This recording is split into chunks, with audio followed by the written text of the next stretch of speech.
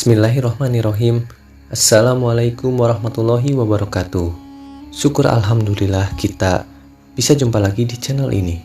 Sahabat beriman yang dirahmati Allah, setiap pribadi manusia akan ditangguhkan dosa yang diperbuatnya hingga hari kiamat.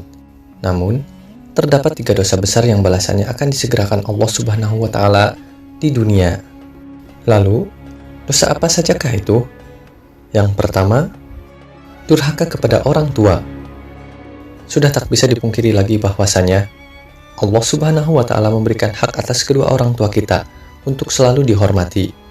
Kita semua tahu, kemurkaan Allah juga bergantung pada murkanya orang tua. Rasulullah Shallallahu Alaihi Wasallam pernah bersabda, ada 2 pintu amalan yang disegerakan balasannya di dunia, yaitu kezoliman dan durhaka kepada orang tua. Hadis riwayat Al-Hakim. Balasan atas dosa kita kepada orang tua akan semakin disegerakan manakala orang tua kita yang dizolimi mengadu kepada Allah Subhanahu wa Ta'ala. Kita semua juga tahu doa yang mustajab tersebut akan menembus langit, akan diamini oleh semua malaikat, sehingga Allah pun mengabulkannya. Rasulullah Shallallahu Alaihi Wasallam bersabda, 3 doa yang tidak tertolak, yakni doa orang tua, doa orang yang berpuasa, dan doa orang yang terzolimi. Hadis riwayat Baihaqi. Sebisa mungkin, bahagiakanlah orang tua kita menurut masing-masing porsinya. Lalu, teruslah untuk menjalin keharmonisan dengan kedua orang tua kita, mendengar perkataannya, mengikuti sarannya yang baik, selalu mendoakan orang tua kita, dan menyayangi kedua orang tua kita. Insya Allah, kedua orang tua kita akan mendoakan yang terbaik untuk anak-anaknya. Yang kedua, zina. Zina merupakan dosa besar yang Allah Subhanahu wa Ta'ala membenci perbuatan tersebut. Allah akan melaknat setiap langkah dari pelaku pezina yang dengan sengaja dilakukannya, yakni melakukan hubungan suami istri yang tidak sah secara hukum maupun agama. Lalu, apa balasannya di dunia ketika kita melakukan zina? Allah Subhanahu wa Ta'ala akan menutup setiap pintu rezeki bagi mereka yang terus melakukan zina dan tidak segera bertaubat.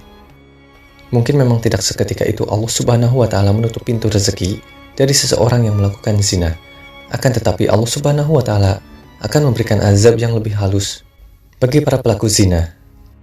Misalnya adalah kehancuran rumah tangganya, diberikan penyakit yang akan menghabiskan biaya sangat banyak sehingga semua harta bendanya habis, dihinakan dari masyarakat dan akan terasa sangat sulit untuk mendapatkan rezeki dari Allah Subhanahu wa Ta'ala.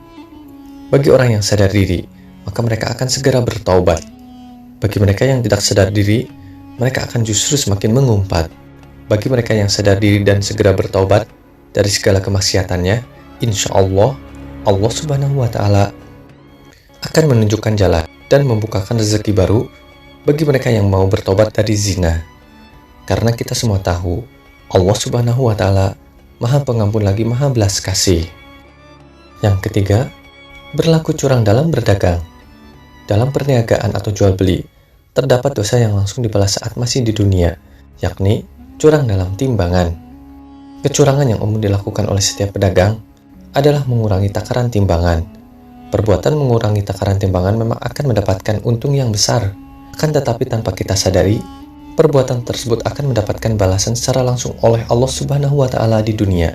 Balasan yang diterima oleh para pelaku pedagang curang adalah kesulitan mendapatkan bahan atau barang dagangan, musim paceklik yang berkepanjangan, ketidakbahagiaan hidup dalam keluarganya, rezeki yang semakin hari semakin sulit didapat, semakin berkurangnya pembeli, mendapatkan berbagai masalah dalam kehidupannya, akan dizolimi sesama pedagang, barang dagangan yang tidak laku-laku, dan masih banyak yang lain lagi. Rasulullah Shallallahu Alaihi Wasallam pernah bersabda, barang siapa menjadikan akhir zaman sebagai tujuan hidupnya, maka Allah akan jadikan kekayaan dalam hatinya. Allah himpun kekuatannya dan dunia akan menghampirinya, meski ia tidak menginginkannya. Dan sebaliknya, barang siapa menjadikan dunia sebagai cita-citanya, Allah jadikan kefakiran ada di depan matanya. Allah cerai-beraikan urusannya dan dunia tidak akan menghampirinya, kecuali apa yang sudah Allah takdirkan untuknya. Hadis riwayat Tirmizi. Dari hadis tersebut sudah jelas dikatakan bahwa jika kita di dunia hanya mencari dan ingin menumpuk harta dunia saja, maka Allah Subhanahu wa Ta'ala akan memberikan rezeki yang sudah menjadi takdirnya saja. Akan tetapi, Jika kita hidup di dunia untuk memperbanyak pahala di akhirat, maka kekayaan dunia yang tidak kita minta pun Allah Subhanahu wa Ta'ala akan berikan kepada kita. Wallahu a'lam bishawab. Demikianlah yang bisa saya bagikan. Semoga ini bermanfaat untuk kita semua. Amin ya robbal alamin. Wabillahi taufiq wal hidayah. Wassalamualaikum warahmatullahi wabarakatuh.